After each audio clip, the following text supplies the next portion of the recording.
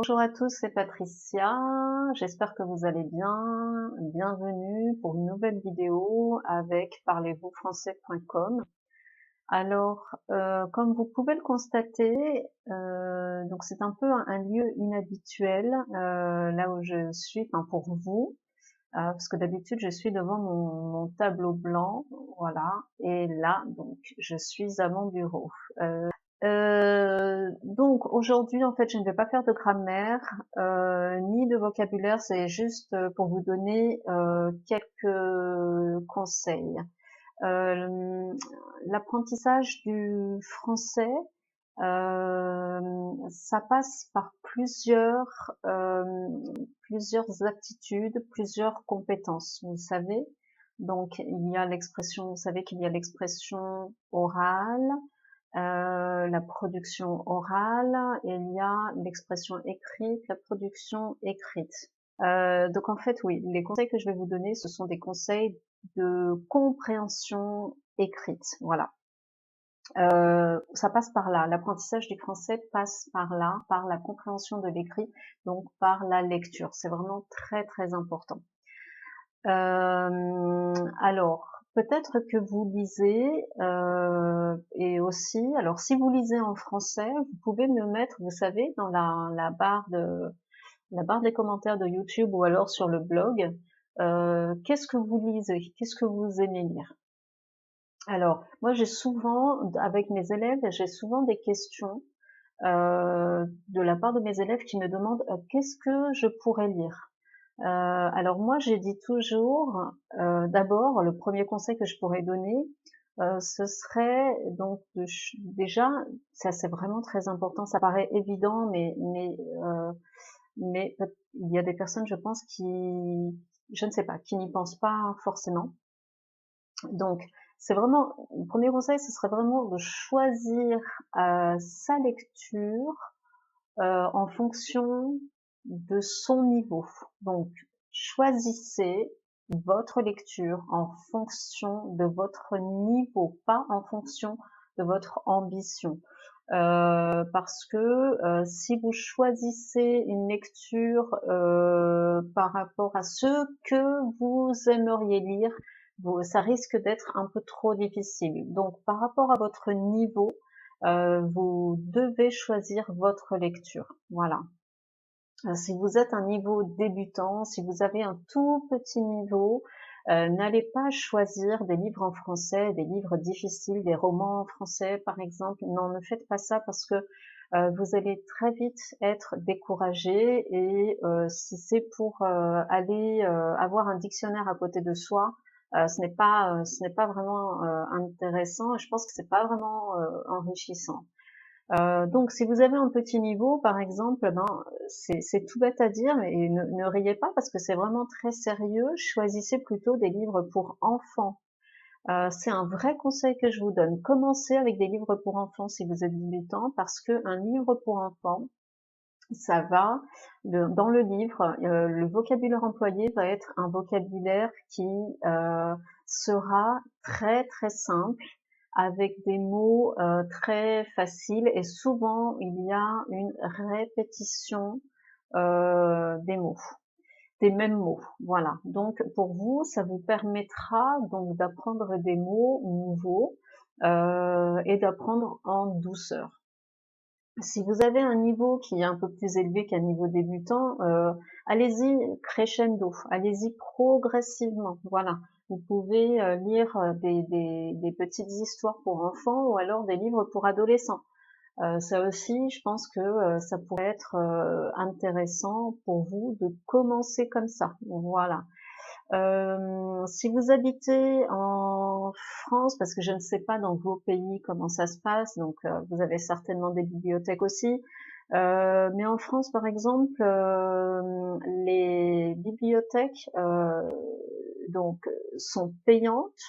Elles sont payantes, donc vous payez un abonnement pour une année, par exemple, et c'est vraiment pas cher. Ou alors, suivant votre situation, l'abonnement à la bibliothèque pour une année peut être gratuite. Donc, si vous avez donc l'occasion de vous inscrire à la bibliothèque, faites-le parce que vous pourrez empruntez tous les livres que vous voudrez et commencez par un livre très facile pour aller ensuite vers un livre un peu plus difficile. Voilà. Choisissez un livre, évidemment, choisissez des livres que vous aimez. Choisissez des sujets que vous aimez. Dans ce cas-là, la lecture sera beaucoup plus agréable pour vous, bien sûr. Vous pouvez aussi lire des magazines parce que dans les magazines, il y a des magazines sur tous les sujets, enfin en tout cas beaucoup de sujets, énormément de sujets différents.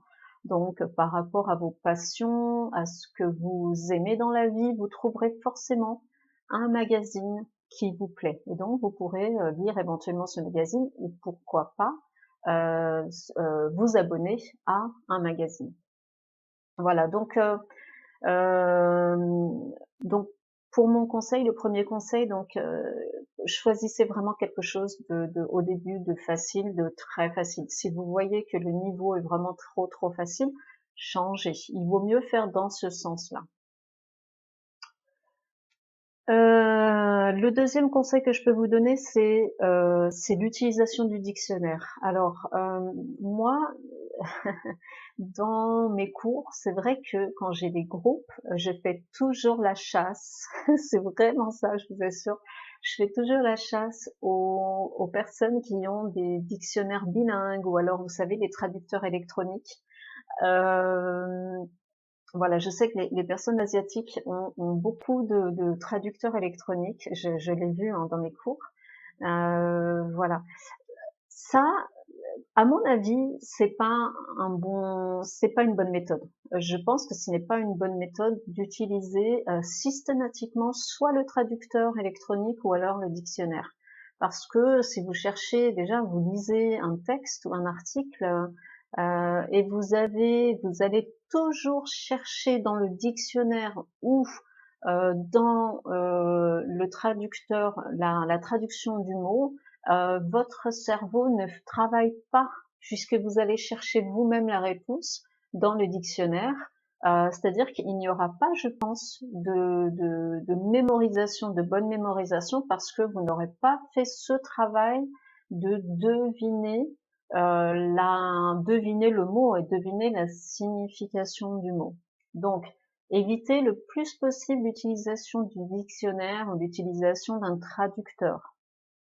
Ça, c'est un conseil que je vous donne. Alors, c'est un peu, je pense qu'au départ, c'est un peu difficile pour les personnes qui sont habituées, mais je vous assure, je pense que ce n'est vraiment pas une bonne méthode d'apprentissage. Je ne crois pas. Enfin, voilà, ça, je vous donne mon avis. Voilà.